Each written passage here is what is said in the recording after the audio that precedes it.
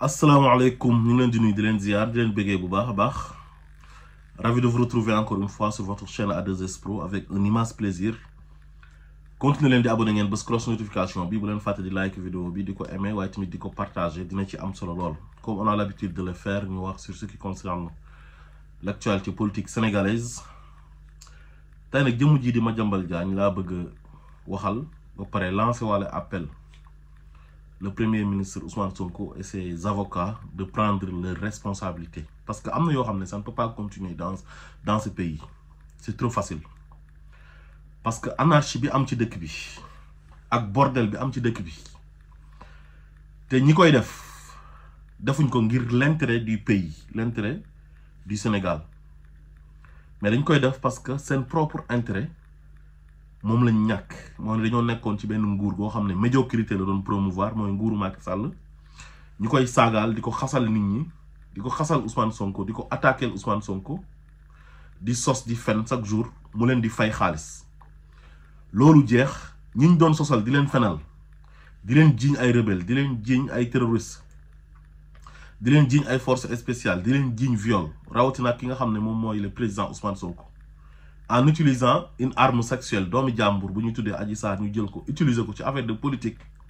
ci affaire de mœurs bàyyi seen ay doom ci seen kër loolu yëpp échec ñi ñu doon xeex ñooñu ñëw jël pouvoir bi Sénégalais yi wan leen na leen li ngeen doon wax ñun gëmuñ ci dara lépp ay fen la terewul ku ñu doon yàq deram moom ñi mu àndal ñooñu ñoo accéder au pouvoir bi ñu ko xeexee ne ko doo nekk candidat bi mu joxee ndigal ne voté leen secrétaire général du parti bi muy président Bassirou Diomaye Faye nekk sama numéro 2 Sénégalais yi dañoo dégg ndigal ki ñu doon jiiñ viol dégg ndigalu ku ñu doon wax rebelle la ku ñu doon wax force spéciale ku ñu doon wax salafiste ku ñu doon wax terroriste ba falal ko président de la République du Sénégal moom mu nekk le premier ministre du Sénégal am légitimité bu jéggi dayo waaye léegi Madiambal Diagne nee na moom du bàyyi Ousmane Sonko quoi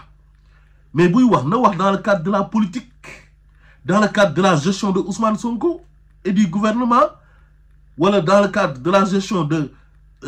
Bassirou Diomaye Faye le président de la République mais toujours Madiambal Diagne ay affaire Adji Sarr la ñuy indil te loolu tribunal àtte na ko ba dogal ci lu mu ciy dogal loolu jeex na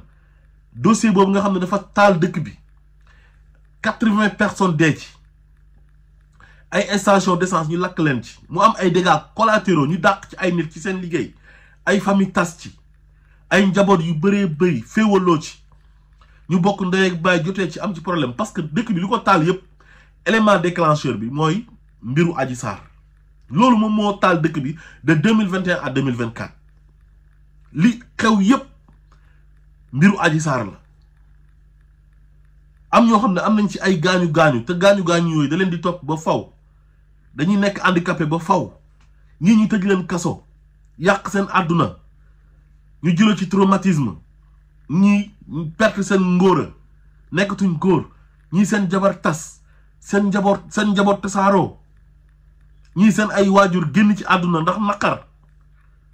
Madiambal Diagne nee na du bàyyi dossier boobu ba léegi chaque jour bu ñu ko invité télé mu naan Adji Sarr téye Ousmane Sonko chaque jour di tudd Ousmane Sonko di tudd Adji Sarr mais les avocats de Ousmane Sonko lan ngeen di xaar pour porter plainte Madiambal Diagne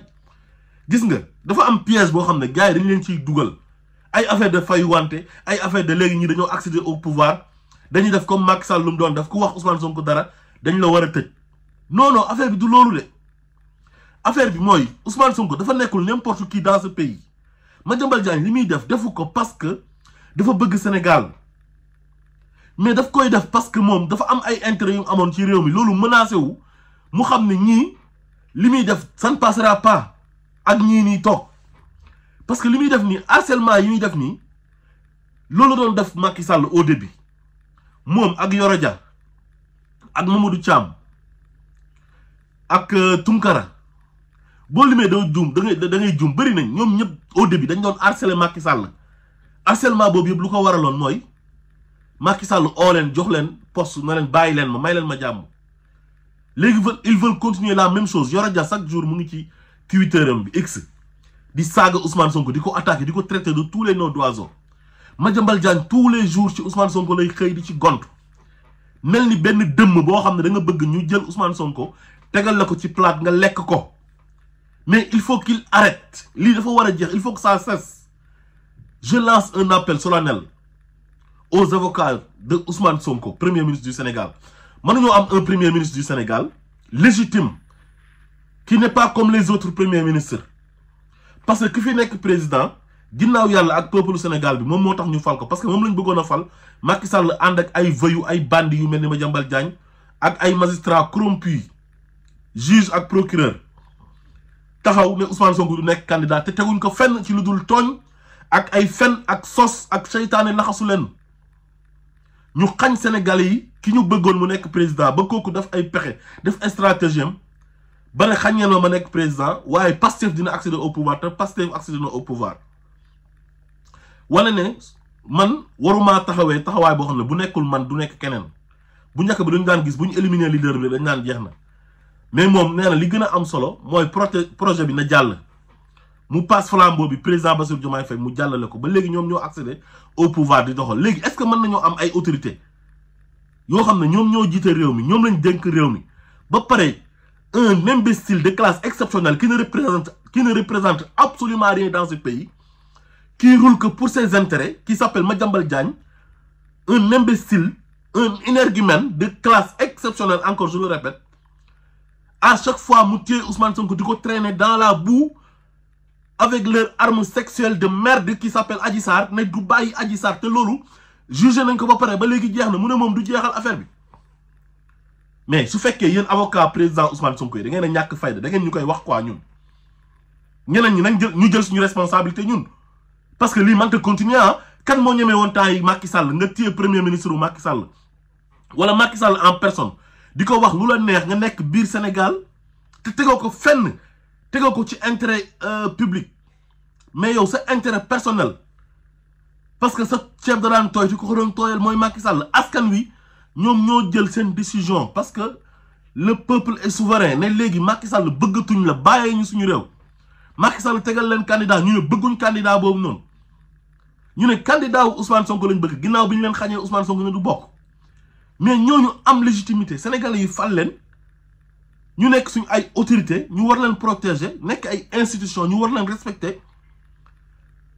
Un vaurien comme Madiambal Diagne nga xam ne seytaane daf ko laxasu man ko ba dafa feeñ ci bindam, feeñ ci kanamam, boo ko xoolee xam ne instant bi mu ngi safara te deewagul, yàlla mu ngi koy lakk fii nii di ko mbugal ci àdduna te deewagul. te lii yëpp alalu àdduna ak bànneexu bakkanam ak seytaane gi mu àndal moo ko yóbbee lii. mu ne du bàyyi Ousmane Sonko. Madiambal Diagne toujours ak ay moromam lu ñu bëgg mooy dëkk bi na jaxasoo, na dëkk bi tàkk,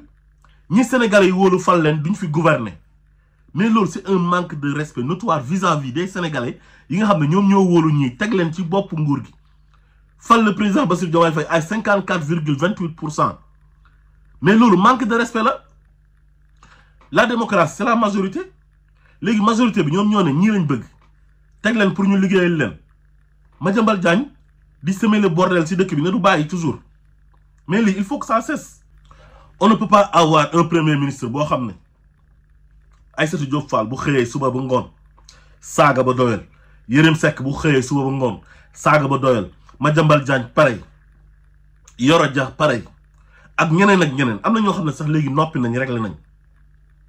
mais ñii nee nañ ñoom règlement de compte personnel lañ am ak Ousmane Sonko te ci rajo yi ak télé yi la ñuy toog ak réseaux sociaux yi mooy site internet yi fa la ñuy régler seen problème ak Ousmane Sonko di ko insulter suba ngoon guddeeg bëccëg te teguñ ko fenn. te majorité sénégalaise bi Ousmane Sonko lañ àndal. waa léegi loolu dañoo war a toog rek naan ay non ñun duñ ay dictateur, nous sommes des démocrates, ni Macky Sall doon def duñ ko def, ku wax ñu jàpp la tëj la. léegi nag loolu mooy piège bi nag, ci piège boobu ngeen di daanu, parce que ñoom ci loolu la ñuy abuser wu pour piéger leen, pour bu ñu leen jàppee rek ñu ne voilà ils sont pareils. ñoom ak Macky Sall ñoo yem, c'est des dictateurs. ñoom bañuñ ne Macky Sall dafa bon de, ñoom ñu àndoon ak Macky Sall ñoom xam nañ ne dañoo bon, xam nañ ne Macky Sall dafa bon. loolu moo tax ñu ànd ak Macky Sall, parce que qui se ressemble s'assemble. parce que képp ku mën a toog ne yow Macky Sall la nga àndal di fustiger Ousmane Sonko ak ñi mu àndal, yow nekkoon nit ku baax ci Sénégal ba mu daj. ak koo mën a doon ku gis Macky Sall li mu daan doxalee, jëf ju ñaaw ju mu doon def, di rey suñu ay doom, di jàpp suñu ay doom, di tëj, di toroxal Sénégalais yi, di trapaturer la constitution, les lois, les droits des Sénégalais ngeen jàpp ne kooku yéen kooku ku baax la ànd ak moom te ànd ak moom bi yëpp lu ko waral mooy seen intérêt personnel la daf leen di fay xaalis pour ngeen ànd ak moom di ko légitimer ay ñaawteefam. léegi ñi nga xam ne dañuy xeex pour réew mi am jàmm am démocratie nit ñi am seen ay droit ñu ne ñooñu ñoom ñoo bon sénégalais yi tànn ñooñu fal leen même pas 6 mois ñu nekk ci ñooñu ne duñu leen bàyyi di acharné wu ci seen kaw di leen saaga suba ngoon guddeeg bëccëg ba pare bala ñoo dee ñu toog di fëgg ay dënn di bàkku di menacer nit ñi ngeen jàpp ni kon dañoo war a toog seetaan ñii affaire bi du ay fayu wante du leneen mais réew mi il faut ñu teg ko ci yoon mënuñoo bàyyi réew mi ci anarchie bii nii mu nekkee. il fout le bordel parce que seen intérêt moo menacé wu amatuñ ay convention amatuñ ku leen di fay xaalis pour ñu saagaal la nit amatuñ privilège amatuñ avantage léegi ñoom seen intérêt personnel moo tax ñu bëgg a jël Sénégal en otage de kenn du am jàmm di saaga premier ministre bi suba ngoon guddeeg bëccëg ak président de la république ñu ne loolu dañ koy bàyyi noonu man de suñ ko bàyyee noonu man xamatuma ci dara kon lu neex waay defal lu neex waay waxal réew mi nekk anarchie nga xam ne yoon dootu fi amati kum neex nga saaga président bi kum neex nga saaga premier ministre gouvernement bi kum neex nga saaga leen defal lu la neex parce que man loolu laa gis ci réew mi lii nag war nañ ci jël ay matukaay salaamaaleykum wa rahmatullah